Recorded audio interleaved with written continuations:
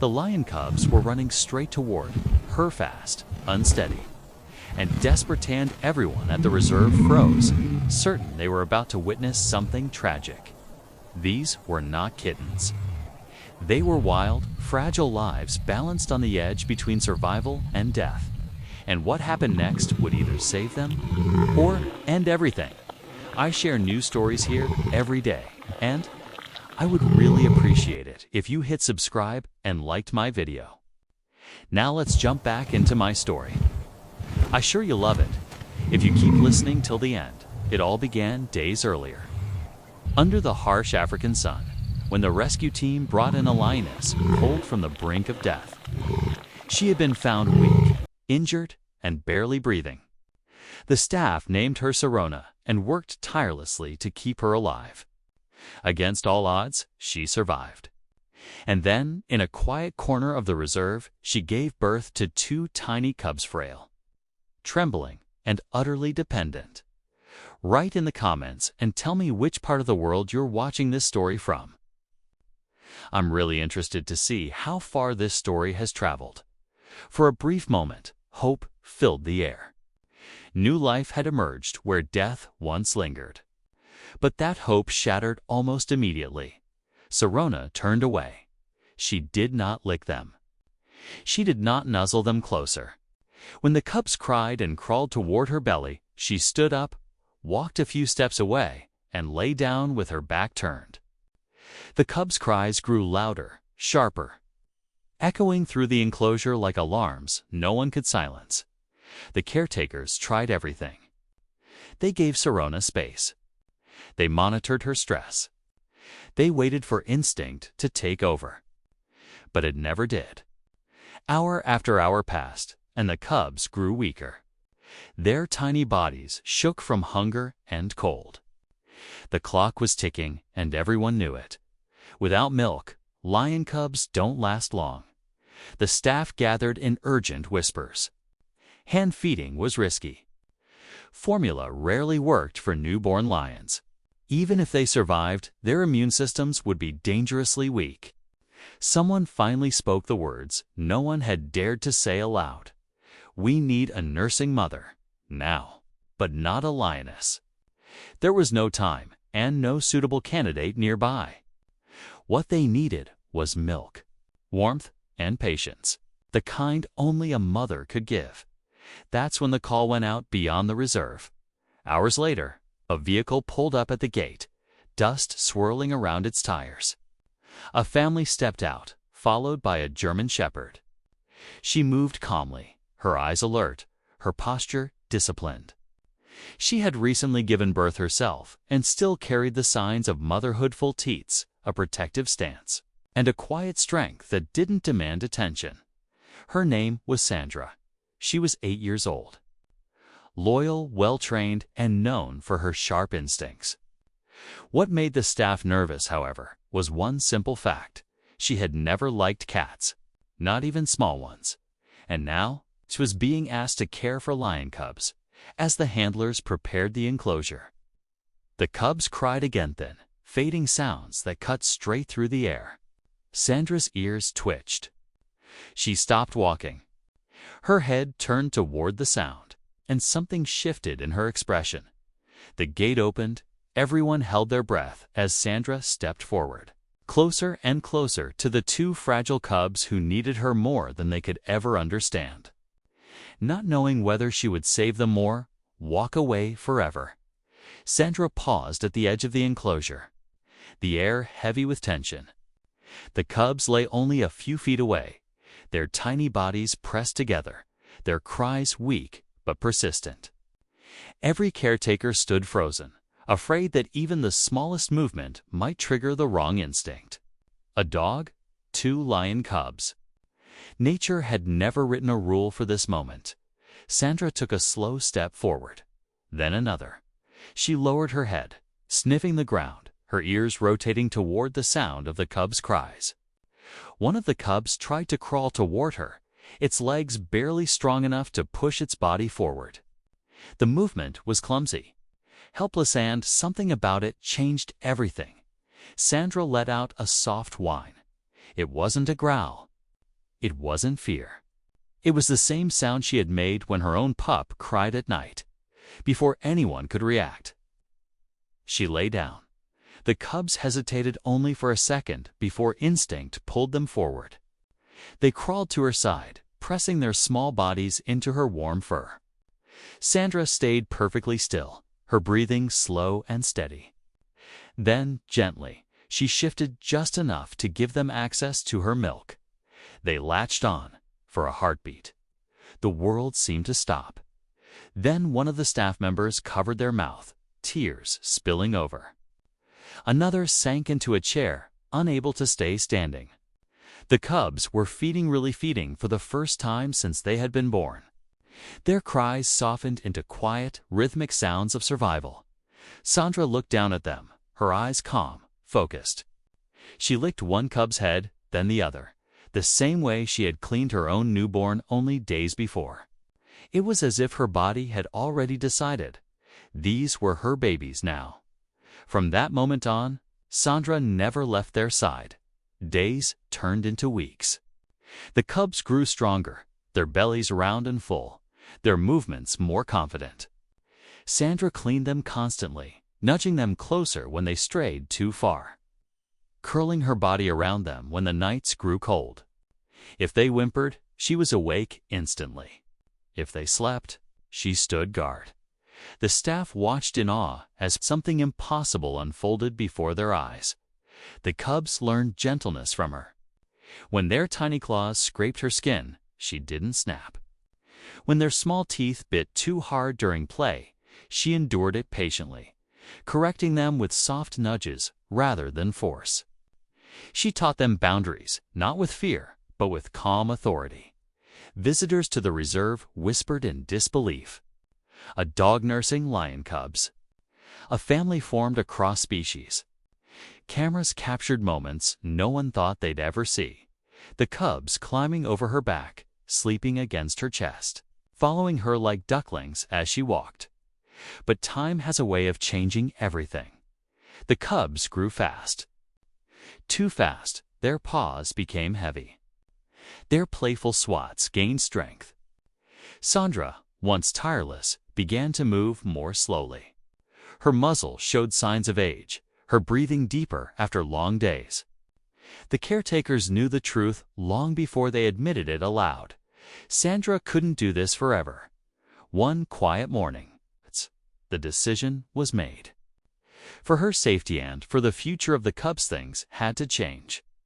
A larger enclosure awaited the young lions, and Sandra would return to her human family as the gate closed behind her.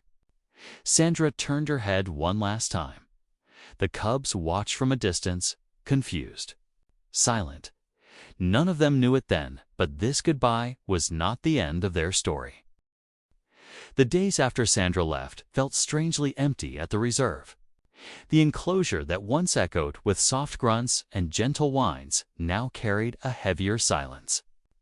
The young lions paced more than usual, stopping at the fence where Sandra used to lie, sniffing the ground as if her scent might still be there. The caretakers noticed it immediately.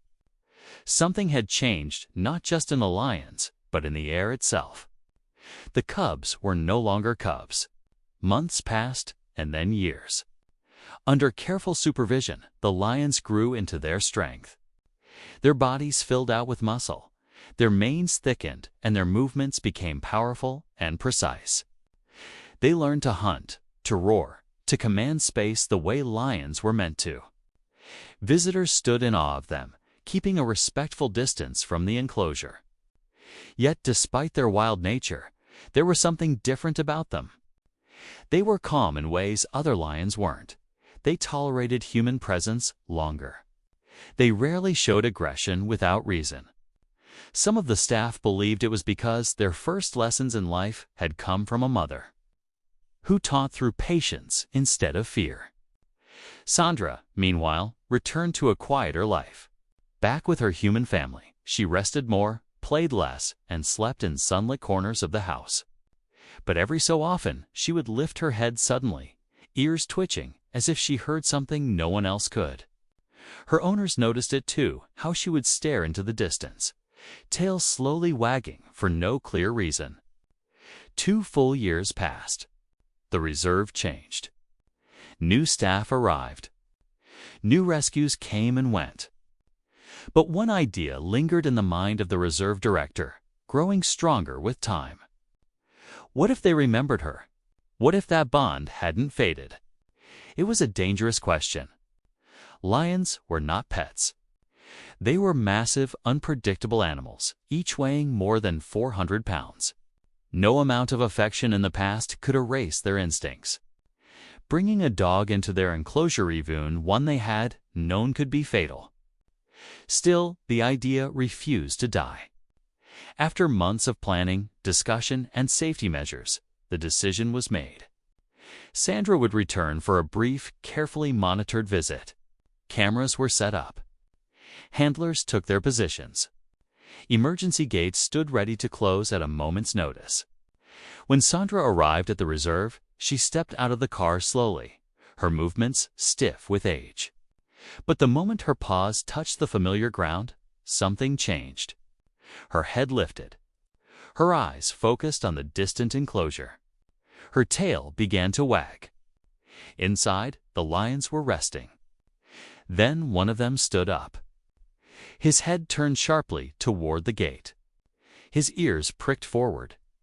The other lion followed, rising to his feet, nostrils flaring as both of them inhaled deeply. The handlers exchanged uneasy glances. They knew that look. The gate creaked open, just enough for Sandra to step through. The lions froze. Then, in a sudden burst of motion, they began to move toward Herf, fast. A shout rang out. A hand reached for the emergency lever. "Wait," the director said quietly. Sandra didn't retreat. She didn't bark. She simply stood there, tail wagging, her body relaxed as if she had never left. The lions slowed. They circled her, sniffing the air, their massive heads lowering toward her small, aging frame. The tension was unbearable. No one breathed. Then one of the lions leaned forward and gently rubbed his head against her, just like he used to. And in that instant, every doubt shattered. The second lion stepped closer, his powerful body casting a long shadow over Sandra. Slowly, almost carefully, he lowered himself beside her. His massive tail swayed from side to side, the same way it had when he was small enough to fit beneath her chin. The first lion followed, settling on the ground as well. Their movements unhurried, peaceful. The handlers stood frozen. No commands were given. No barriers moved. Everyone understood they were witnessing something far beyond training or instinct. This was recognition. Sandra stepped forward and licked the nearest lion's face. Her tongue barely brushed his fur, yet the reaction was immediate. The lion closed his eyes and leaned into her touch, releasing a deep, steady breath that sounded almost like a purr. The other lion pressed his head gently against her back, careful not to knock her over. Tears streamed down faces across the reserve. Cameras rolled. But no one cared about the footage anymore. This wasn't a moment meant to be analyzed or explained. It was meant to be felt as the sun began to sink, painting the sky in gold and amber. Sandra lay down between them. The lions flanked her on either side, forming a quiet circle of warmth and protection. For a moment, time seemed to fold in on itself. The years disappeared. They were no longer full-grown lions and an aging dog. They were a family. The reserve director finally spoke, his voice barely above a whisper. He said what everyone was thinking. This wasn't instinct. Instinct would have ended in blood. What they were seeing was memory. It was attachment. It was love that had survived separation, time, and the rigid boundaries of nature. Scientists later admitted that such bonds were extraordinarily rare. Cross-species nurturing had been documented before, but long-term recognition, especially in apex predators, was almost unheard of. The lions hadn't just tolerated Sandra. They had welcomed her. That night, under the pale glow of the moon, Sandra remained with them longer than planned. She rested her head against one lion's massive paw, while the other lay watching the horizon, alert but calm. The staff observed from a distance, unwilling to disturb the fragile peace unfolding before them. Eventually, it was time to leave. When Sandra stood, the lions rose with her. They walked her to the gate, stopping just short of the barrier. One of them let out a low, rumbling sound, not a roar, but something softer, almost sorrowful. Sandra paused, turned back, and wagged her tail. It was enough. She left the enclosure safely, guided back to her owner. But something had changed in everyone who witnessed that reunion. The lions returned to their resting place, calmer than before, as if a missing piece of their story had finally been restored. Sandra lived out her remaining years, surrounded by comfort and care. She aged gracefully, carrying within her the quiet knowledge that she had done something extraordinary simply by loving without condition. The lions continued to thrive, strong and respected, yet forever shaped by the lessons of gentleness they learned at the very beginning of their lives. This story was never just about a dog and two lions.